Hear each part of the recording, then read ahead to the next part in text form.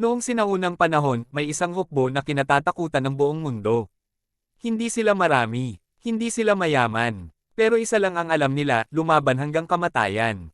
At sa kanilang pinuno, nagsimula ang alamat ng 300 Spartans. Nagsimula ang kwento sa lungsod ng Sparta, isang lugar kung saan ang kahinaan ay walang lugar. Mula pagkabata, sinasanay na ang mga lalaki para maging mandirigma. Kapag ipinanganak ang isang batang mahina o may sakit, iniiwan itong mamatay. Dahil para sa mga Spartan, tanging ang malalakas lang ang may karapatang mabuhay.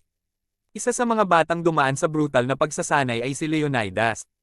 Habang lumalaki, tinuruan siyang tiisin ang gutom, sakit, at takot. Kailangan niyang matutong pumatay para mabuhay. At matapos pagdaanan ng matinding training sa kagubatan, naging isa siyang tunay na Spartan warrior. Kalaunan, siya ang naging hari ng Sparta. Isang hari na hindi lang matapang, kundi handang mamatay para sa kalayaan ng kanyang bayan. Habang tahimik ang Sparta, isang malaking banta ang paparating. Ang Persian Empire, sa pamumuno ni King Xerxes, ay patuloy na sinasakop ang iba't ibang kaharian. At ngayon, Sparta naman ang target nila. Nagpadala si Xerxes ng mensahero para hingin ang pagsuko ng Sparta. Kapalit nito ay kapayapaan.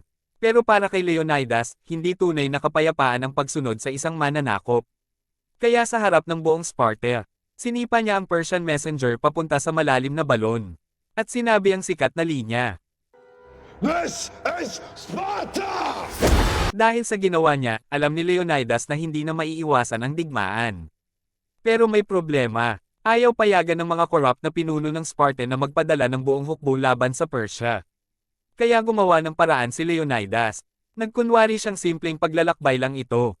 At isinama niya ang 300 pinakamahusay na Spartan warriors. 300 lalaki laban sa milyon-milyong Persian soldiers. At doon nagsimula ang alamat. Habang papunta sa Thermopylae, sinalubong si Leonidas at ang kanyang hukbo ng iba't ibang Greek allies. Pero kahit nadagdagan sila, maliit pa rin ang kanilang bilang kumpara sa napakalaking Persian army. Nang makarating sila sa makitid na daanan ng Thermopylae, nakita ni Leonidas ang perpektong lugar para pigilan ang kalaban. Dahil makitid ang daan, hindi magagamit ng Persia ang kanilang malaking bilang. At dito nila planong lumaban hanggang kamatayan.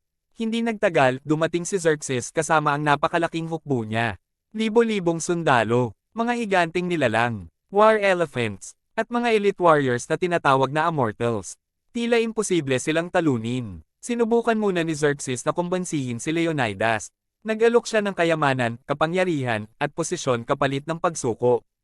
Pero tumanggi si Leonidas, dahil para sa mga Spartan, mas mahalaga ang kalayaan kaysa buhay. At nang magsimula ang laban, nagulat ang Persia. Kahit mas kaunti ang Spartans, halos hindi sila matinag. Dahil sa kanilang training, disiplina, at matinding teamwork, isa-isa nilang pinapatay ang mga Persian soldiers. Bawat Spartan ay parang isang buong hukbo. Punong-puno ng dugo at sigawan ang battlefield habang paulit-ulit na sinusubukang lusubin ng Persia ang daanan. Pero paulit-ulit din silang nabibigo. Kahit ang elite immortals ni Xerxes ay natalo ng Spartans. At habang tumatagal ang laban, mas lalong lumalaki ang respeto ng mga Greek soldiers kay Leonidas at sa kanyang mga mandirigma. Dahil kahit alam nilang maliit ang chance nilang mabuhay, hindi sila umatras kahit isang hakbang. Habang nagpapatuloy ang digmaan, nagsisimulang mawala ng pasensya si Xerxes. Hindi niya matanggap na pinapahiya siya ng 300 Spartans.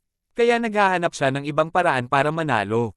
Dito pumasok si Ephialtes, isang Spartan na ipinanganak na may deformidad. Dahil mahina ang katawan niya, hindi siya pinayagang maging mandirigma ng Sparta.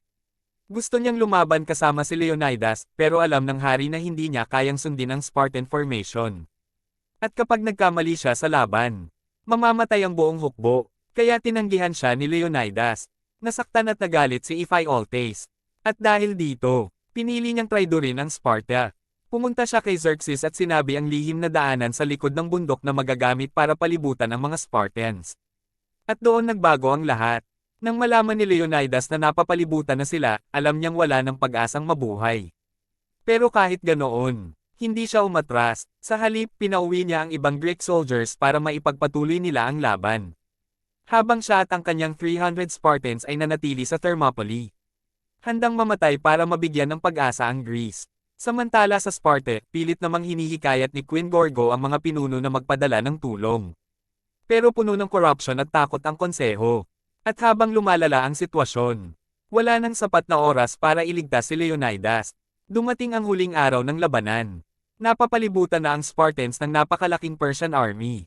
Pero kahit alam nilang mamamatay sila, walang kahit isang Spartan ang natakot. Dahil para sa kanila, ang pinakamagandang paraan ng pagkamatay ay ang mamatay bilang mandirigma. Muling kinausap ni Xerxes si Leonidas at inalok siyang sumuko. Pero tumanggi pa rin ang hari ng Sparta. Sa halip, nagkunwari siyang luluhod. At bigla niyang inihagis ang sibat diretso kay Xerxes. Bahagya nitong nasugatan ang Diyos King ng Persia. At doon napatunayang mortal din si Xerxes. Pagkatapos noon, nagsimula ang huling laban. Isa-isang bumagsak ang mga Spartans habang napapalibutan ng libo-libong kalaban. Pero hanggang sa kanilang huling hininga, lumaban sila, hindi para sa kayamanan, hindi para sa kapangyarihan, kundi para sa kalayaan ng Greece. Sa huli, namatay si Leonidas kasama ang kanyang 300 warriors. Pero hindi nasayang ang kanilang sakripisyo. Dahil ang kanilang katapangan ang nagbigay inspirasyon sa buong Greece na lumaban laban sa Persia. Makalipas ang isang taon, pinangunahan ng Spartan soldier na si Dilios ang napakalaking hukbo ng Greece laban sa Persia. At dala nila ang alaala ng 300 Spartans na nag-alay ng buhay para sa kanilang bayan. Ang 300 ay hindi lang simpleng action movie. Isa itong kwento ng tapang, sakripisyo, at paninindigan. Pinapakita nito na minsan, hindi mahalaga kung gaano kaunti ang bilang mo. Basta handa kang lumaban para sa pinaniniwalaan mo. At iyon ang alamat ng 300 Spartans.